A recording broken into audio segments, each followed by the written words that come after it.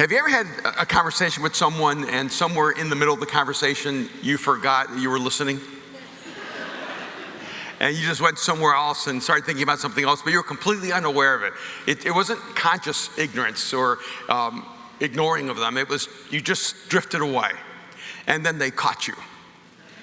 Right? Because a lot of times you can drift back and forth, go in and out, and no one knows. You ever just put them on mute on the phone?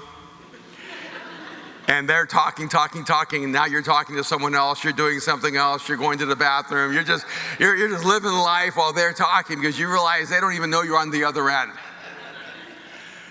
But sometimes you're in a conversation with someone, it's a really meaningful conversation, and you should be listening, and you're not listening, and then they call you out. Where are you? You're not even listening. You're not even here. Which is, of course, a really absurd thing for my wife, Kim, to ask me. I mean, for someone to ask you, where are you? I'm right here. And that's usually my response. I'm right here. She says, no, you're not. You're somewhere else. But the truth is, most of the time, when you're somewhere else, you're not somewhere else. You're actually sometime else. You're not usually somewhere you're not in that moment. You're somewhere you were in the past or somewhere you hope to go in the future. And I've wondered how many times in our lives we needed to be fully present and we were mostly absent. And it's a curious thing when you think about how we humans move through time. And we think that we move through time in a cohesive fashion because we're mostly aware of our physical existence. And since you're physically here, then you feel like you're justified to say, I am fully here. But your physical reality isn't the core of who you are. And so it's odd that we would think that we're fully somewhere just because our bodies are there. I mean, after all, if you lost a leg because you stepped on a landmine, would you be any less human?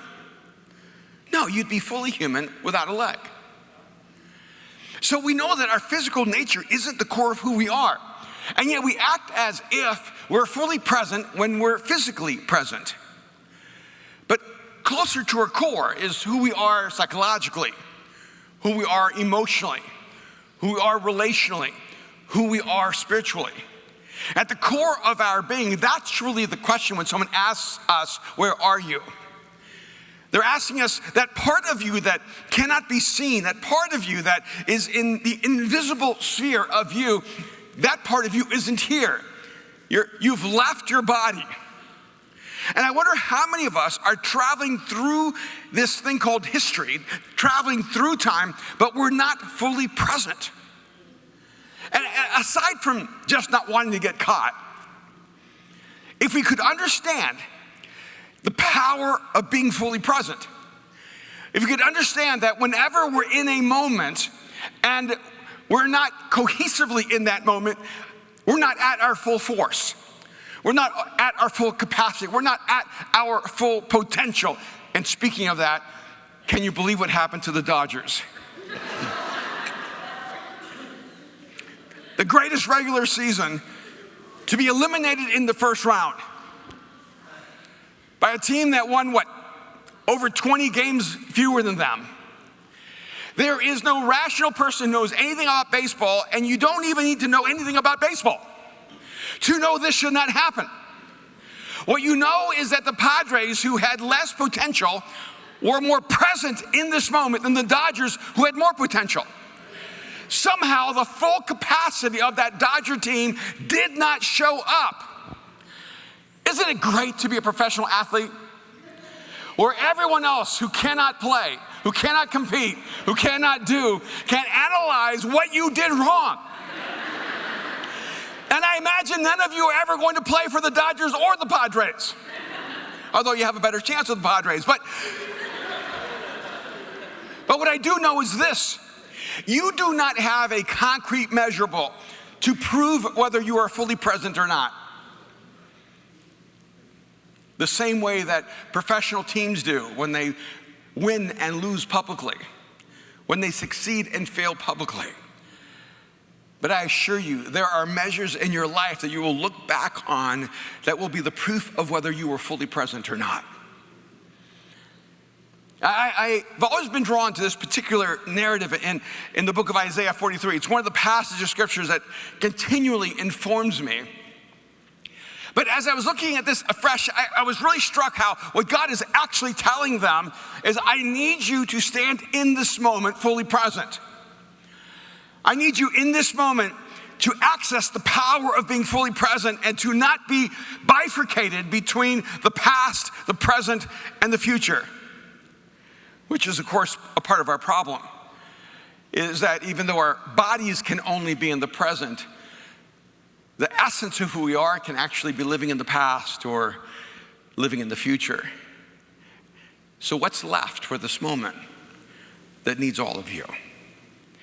In Isaiah 43, beginning in verse 15, the scriptures tell us this.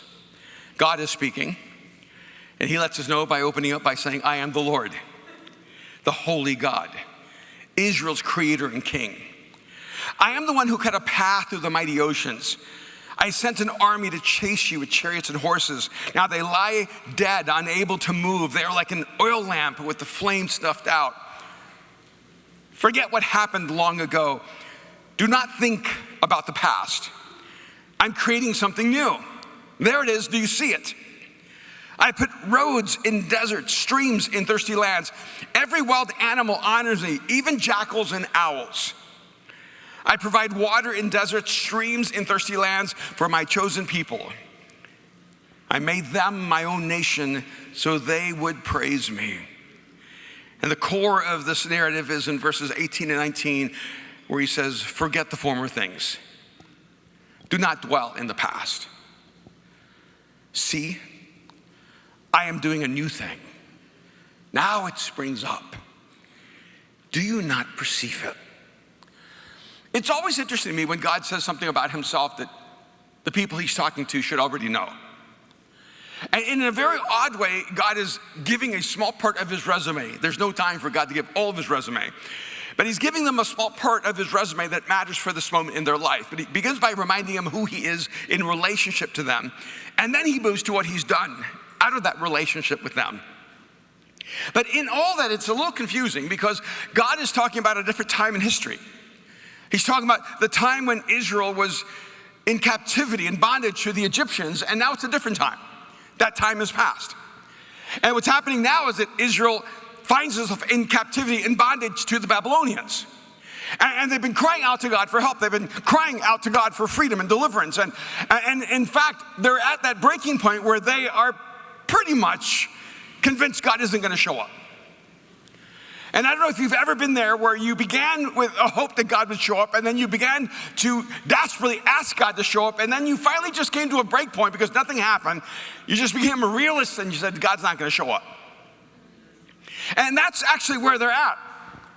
And so it's almost as if God's out of touch with their real problem because they're trying to get God to help them in this moment in their life, and God now is having a conversation about a past moment in their lives. He doesn't realize that God's revisiting the past not for himself but for them. Because they're spread out too thin. Their cellular structure is not present in that moment. A part of them is living in the past and a part of them is living in the future, and God needs them to be fully present in this moment in time. So why does God begin here? He says, I sent an army. He says, I am the one who cut a path through the mighty ocean. I sent an army to chase you with chariots and horses. Wait. God is telling the story when God delivered Israel out of Egypt. Do you remember with Moses? And it looked as if they were now going to be free. And in fact, somehow God arranged the circumstance where Pharaoh gave them his gold and silver and precious jewels. And so Israel leaves Egypt free and rich. Well, it's not a bad outcome. And then as they perceive themselves moving to their freedom, they come up to the sea and they're trapped against the Red Sea. And then Pharaoh changes his mind and he decides, no, I want it back and I want them back. And so he starts hunting them down. He's going to either kill them or enslave them again.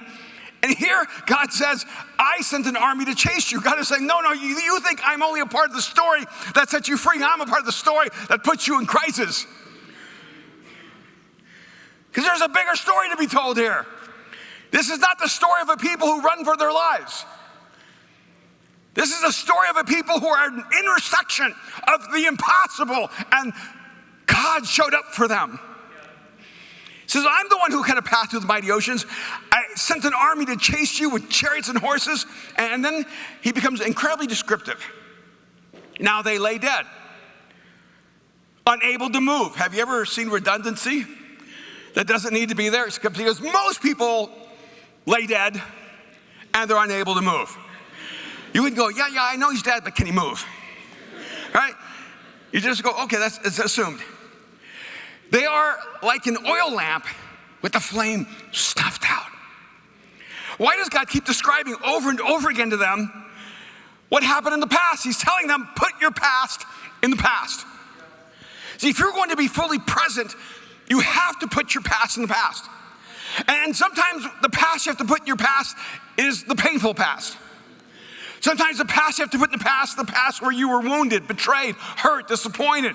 That past where you failed, that past where you lost, that past where you were disappointed, that past where you felt like God let you down or people let you down. And it's hard enough to let go of past that wounded you. And it's really a challenging thing to go through the transition of allowing something that wounded you to simply become a scar. Because you have a scar doesn't mean you still have a wound. It's just a reminder that once you had a wound, but now you've healed. And he's saying you need to put your past in the past. But I think sometimes what's actually harder for us than putting a painful past behind us is actually putting behind a successful past. Now, some of you are young. You don't know that yet. All you know is a painful past because you're a teenager. And all your parents do is hurt you. And so you understand that life is all about pain. But there's going to be a day where you're going to have a moment you're thinking, oh, this is life.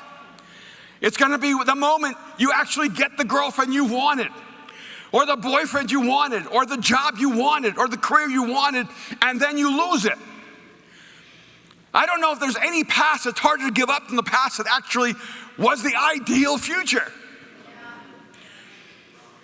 And so there was this moment in the past that Israel was connected to that was both a moment of great pain, but also a moment of incredible power and freedom and success and deliverance. And God said, I need you to put the past in the past.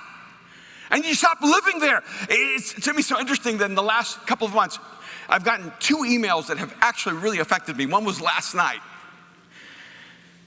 I got one a few months ago, maybe a month ago, from someone who did something 20 years ago. They said something to me, and it was hurtful, and I just went on. I forgot completely about it. I never remembered it. But they've remembered it for the last 20 years.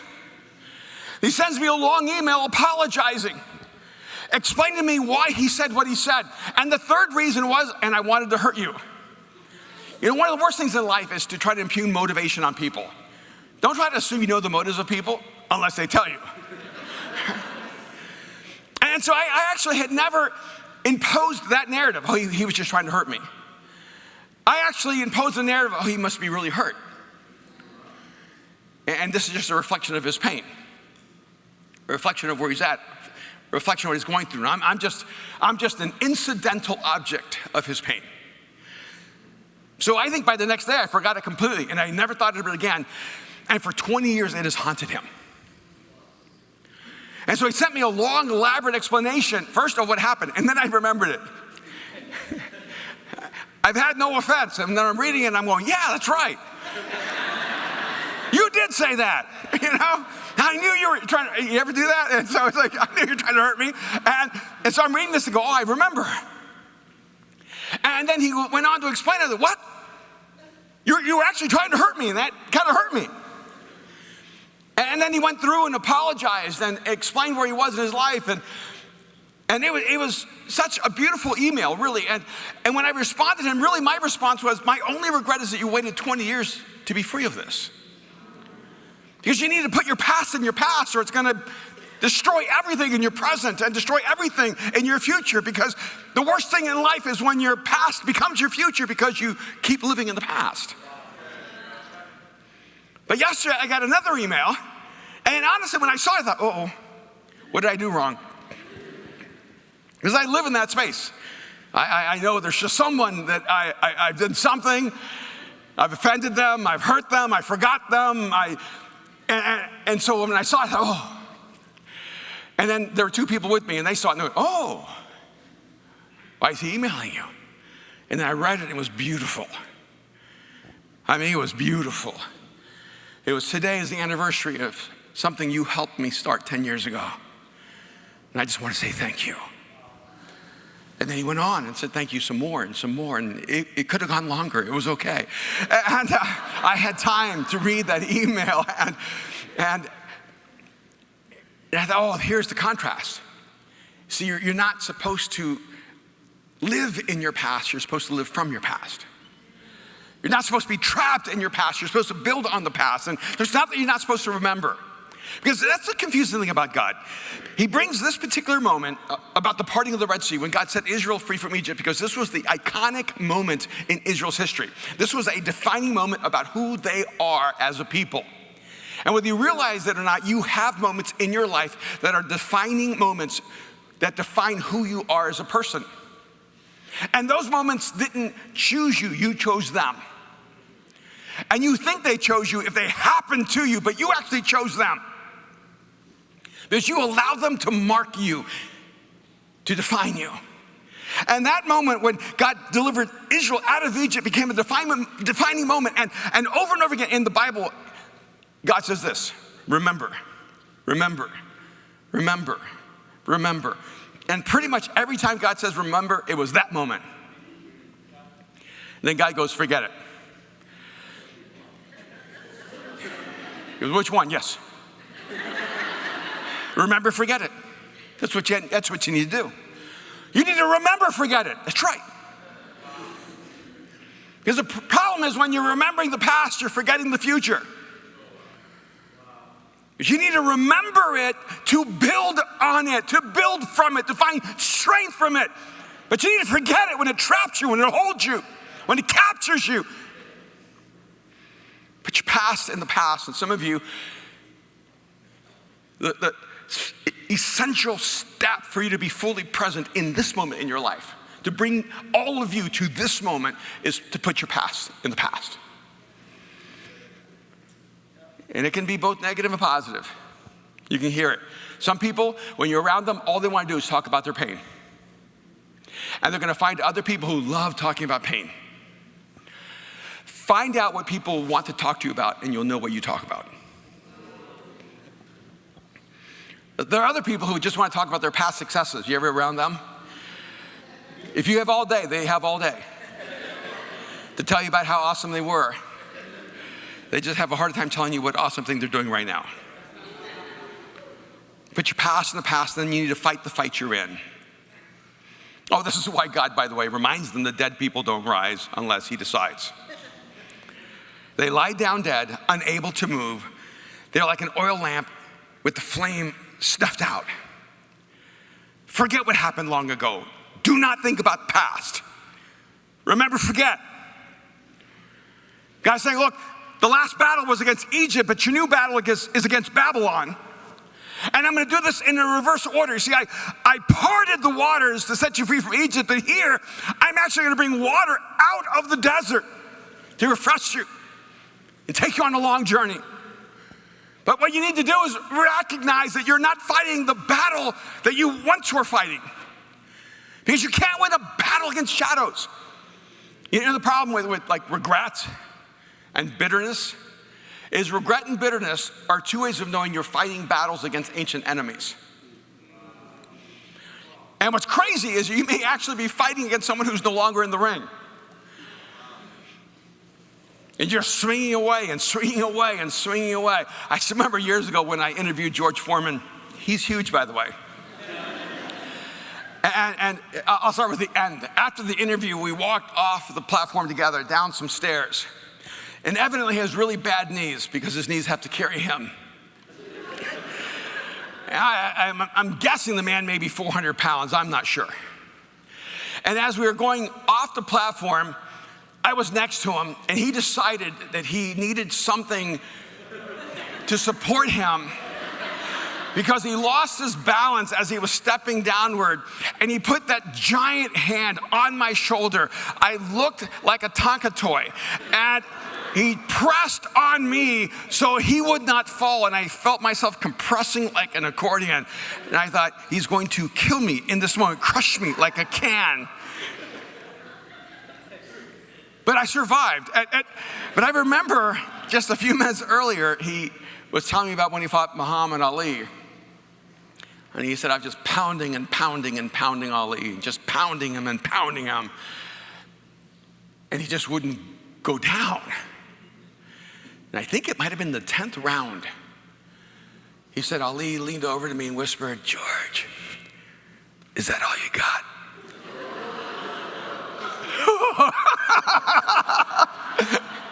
And George Foreman looked at me and he goes, that was all I had. And when he said that, that was the moment I lost the fight.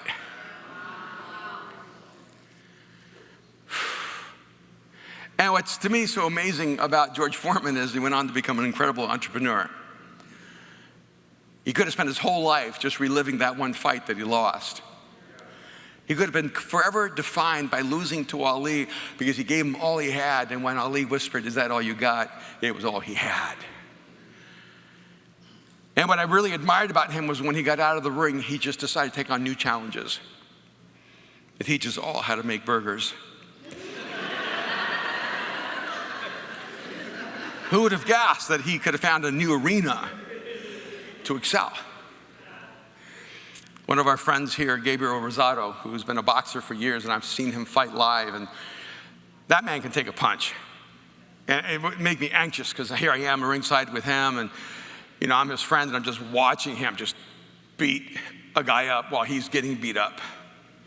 And I saw him the other day, and he still remembers who he is, which I'm so happy, and he still remembers me. And I said, so Gabe, do you have a fight coming up? He goes, no, I'm laying the gloves down. I'm moving on. It's time for a new start, new career. And I said, I'm so happy to hear that.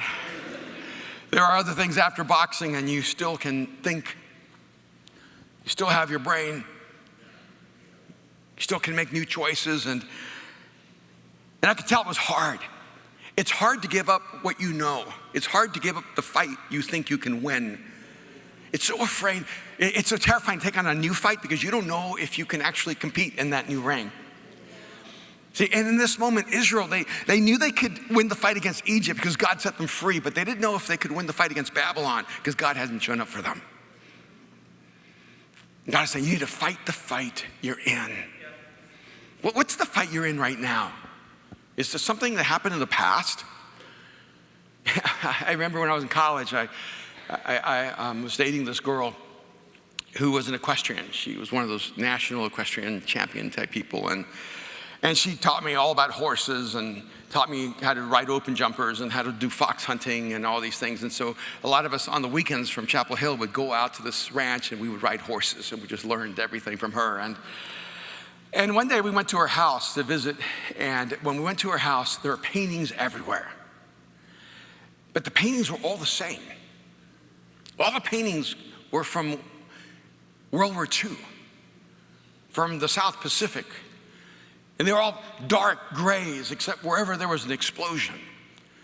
And every painting was the painting of naval conflict, of ships being blown out of the water. And I remember asking her, I said, these are really beautiful paintings, but why did you guys buy paintings that are all the same? She said, oh, no, we didn't buy them. Those paintings were painted by my dad. I said, your dad? She goes, yeah, my dad was in World War II. And I said, how's that possible? She goes, well, he lied about his age. He went out when he was a teenager. And so he experienced as a 15, 16-year-old boy what traumatized for a lifetime 25-year-old men. And so my dad, when he came out of the war, he lived with these nightmares throughout his life. In the middle of the night, he would grab my mom, she would say, and pull her off the bed and throw her on the ground and then jump on top of her because he could hear the bombs coming. And this went on for year after year after year and decade after decade. She said, until one day my dad took a gun, put it to his head, and ended his life. Because you cannot win a battle against an ancient enemy. Because you need to know what fight you're in, because you cannot win the fight that you were in. You can only win the fight that you are in. And I wonder right now if you are using your energy fighting a fight in the past when you need your energy to fight the fight right in front of you. Oh, let me tell you how we deceive ourselves about the fight. Whenever your life is about someone else, you're in the wrong fight.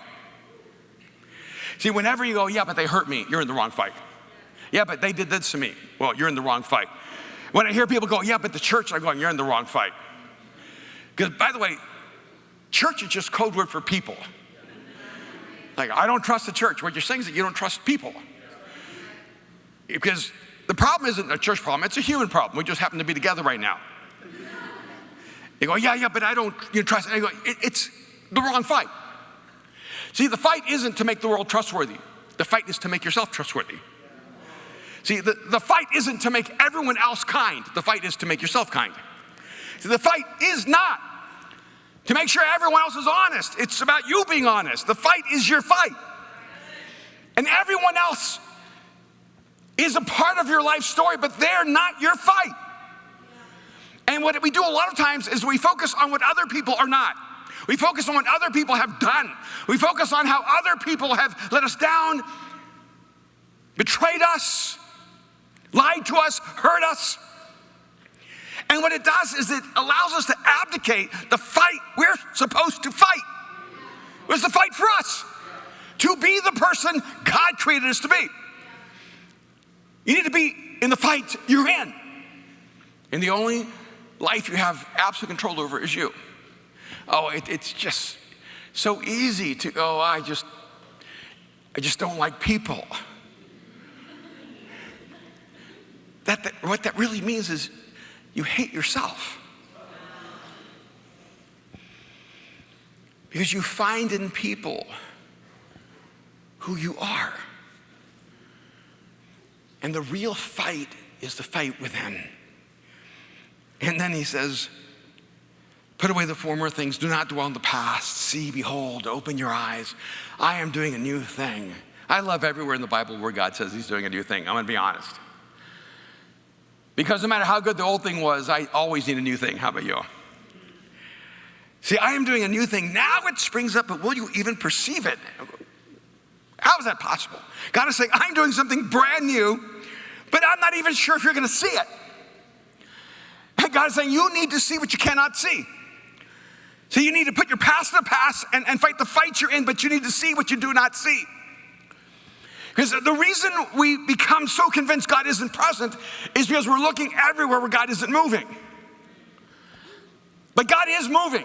See, I want you to know that God's always creating. God is always ushering in the new. God is always moving us out of the past, through the present, into the future. And if you can't see God moving, it's because you're looking in the wrong place. And God begins to describe it. I think God is comic. I mean, he is a great comedian. Because I've put roads in the deserts, streams in thirsty lands. Even wild animals honor me. By the way, that's actually like sarcasm. God's saying, you don't honor me, but wild animals do. And he goes, even jackals and owls. Like if I'm a jackal, I'm like, what did I do? Like, you know, I'm an owl, like, who? Like, you know, it's like, why pick on us? God's saying, even jackals and owls know what I'm doing. How are you blind to it? In other words, God is saying you don't need a higher level of intelligence or spiritual consciousness to know. You just need to open your eyes and look in the right direction. Because even the jackals and owls see it. So I can't get it, I don't get it. Well, it's because you don't want to get it. You see, you may not like where God's creating the new because you don't want that to be the new. You want the old to be the new. See, God's like, no, I'm not going to do the old again. I'm going to do the new for the first time.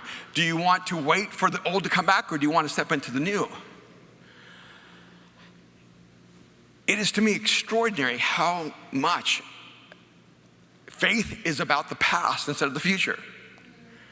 It's amazing to me how so many people were so captivated by the words of Solomon when he said there's nothing new under the sun. I mean, around the world, it seems like everyone knew Solomon's statement, there's nothing new under the sun, there's nothing new under the sun, there's nothing new under the sun. I remember when I was in my 20s and I started giving this group all these ideas, and this older follower of Jesus came up to me, he literally patted me. And he said, son, there's nothing new under the sun. No wonder Elon Musk wants to go to Mars. He's trying to get out of under the sun. And it's because Solomon said there's nothing new under the sun, but God said, behold, I'm doing a new thing. So who's right? Solomon or God? Solomon, who woke up one morning going, there's nothing meaningful. Solomon is having the worst day of his life. Why is it that we are so inclined to believe the guy who is depressed, hopeless, and nihilistic? It's because it puts no standards on us. See, when there's nothing new under the sun, that's my excuse for there's nothing new in me. You're just spelling sun wrong, because there's everything new under the sun. And when Jesus comes into our lives, he makes everything new. In fact, that's what he says. If anyone's in Christ, he is a new creation. You have been made new. You are now a new story. You have a new heart. You have a new mind. You have a new life. You have a new future. There's nothing old about being connected to God. Yeah, but God was back there. Yeah, that's right. But he didn't get stuck in time like we did. I think God looks at us going, why are you still doing it that way? I left that. That's so 1870. That's so 2019. That's so pre-pandemic. Why are you living in the past? I think God looks at you and me and says, why are you living in the past? That's so you in your 20s when you were still stupid. That's so you when you had hair. That's so you before you learned and grew and matured and understood that life was more. You need to see what you do not see. And I looked through the pandemic and I realized that I began to see things that I did not see before, opportunities that were waiting for me, moments that were just waiting for me to step into them and make them monumental. And create momentum out of them. And I wonder, what is God doing around you that's new that you just aren't ready to see yet? Put away the former things. Do not dwell in the past. Behold, open your eyes and see, I am doing a new thing. Now it springs up, but will you even see it? You know what God is saying? You need to be where you are. This moment, it will not become your optimal moment unless you bring all of you. Stop letting the past be your excuse for only being partially present in this moment. Integrate yourself. Stop dreaming only about the future and stop remembering only about the past. Be fully present in this moment. Build from your past. Create into the future, but be here now. And if God were looking at you in a conversation and he said to you, you're not here. Where are you? Where'd you go? See, I think what you need to do is step back and go, you're right. But I'm here now. I'm fully present. I'm ready to take on whatever challenge, whatever crisis, whatever circumstance. God, you can trust me because I am all in this moment. Let me tell you. And some of you have been convinced you're not enough.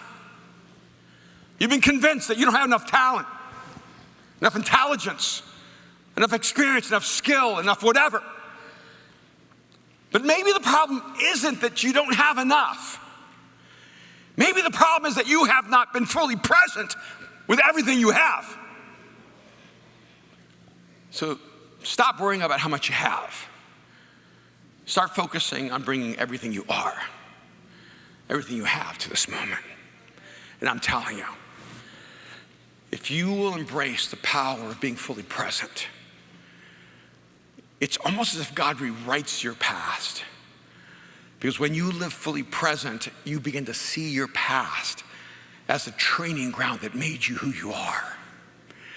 And you become powerful and creative, and you begin to have force into your future. And your future is not incidental or accidental. It becomes the creative act of a person who is fully present in the now. Which, by the way, is who Jesus is. It's amazing to me that God could step into human history 2,000 years ago. That God could take on flesh and blood and walk among us, that he could live a perfect and sinless life. That his name would be Jesus, Savior, that he would allow himself to be crucified, buried, and raised from the dead. But I want you to understand something. What Jesus invites you to is not to receive who he was 2,000 years ago. He's inviting you to receive who he is right now.